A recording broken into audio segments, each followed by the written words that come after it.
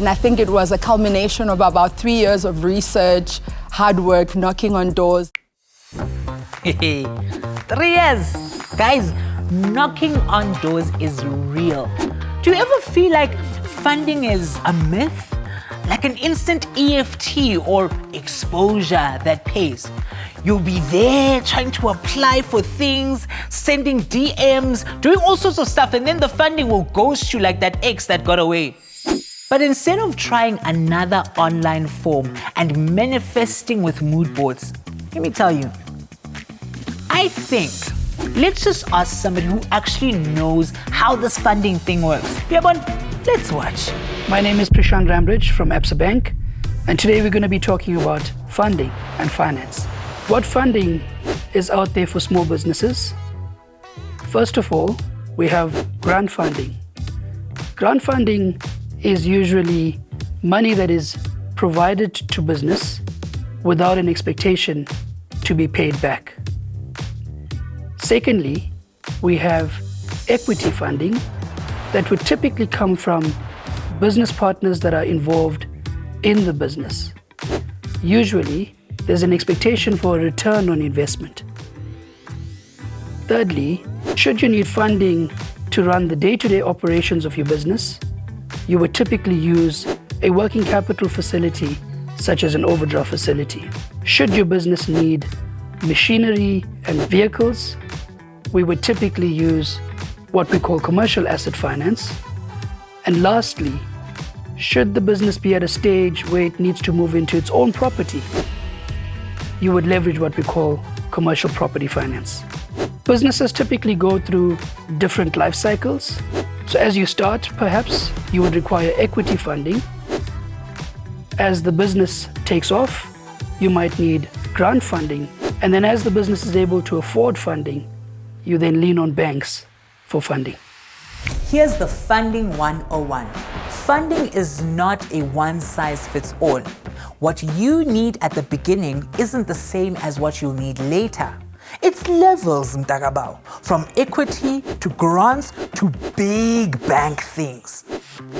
Back over to you, Prashant. When funders ask for a business plan and projection, what they are typically looking for, it is to understand what your business is all about, the roadmap for the short to medium to long term that tells them who you are, what it is that you do, who your clients are, and how you're going about taking your particular product or service to market. In addition to the business plan, there's sometimes a need to provide a cash flow projection. A cash flow projection would typically tell funders what the business is aiming to generate from an income point of view.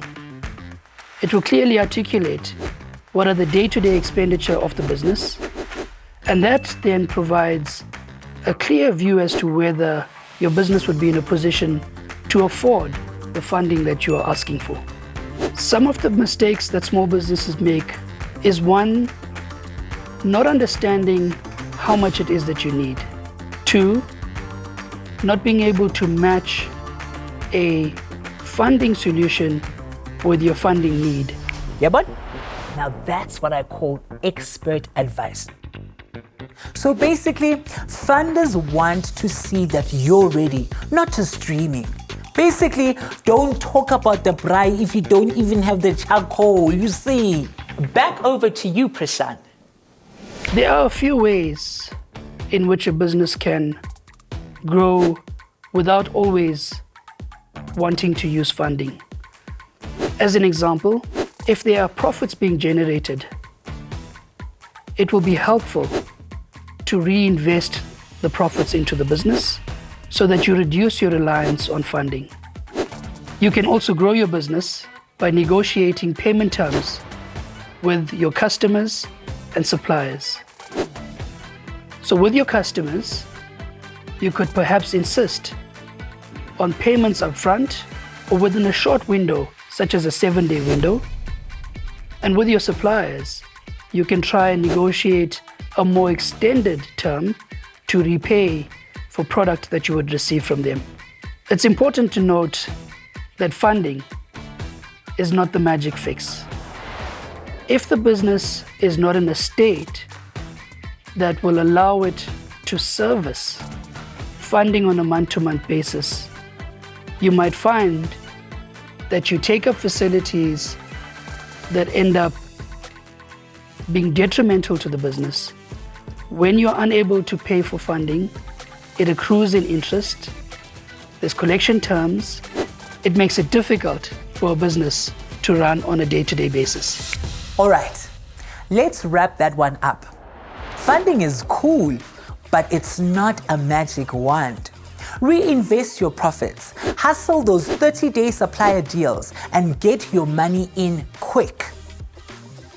So I think this is your sign to take your hustle seriously.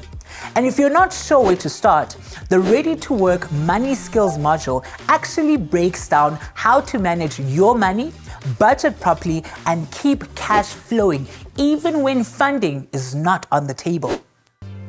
Back over to you, Prashant. How do you prepare your business to be funding ready? Firstly, start by opening up a business account.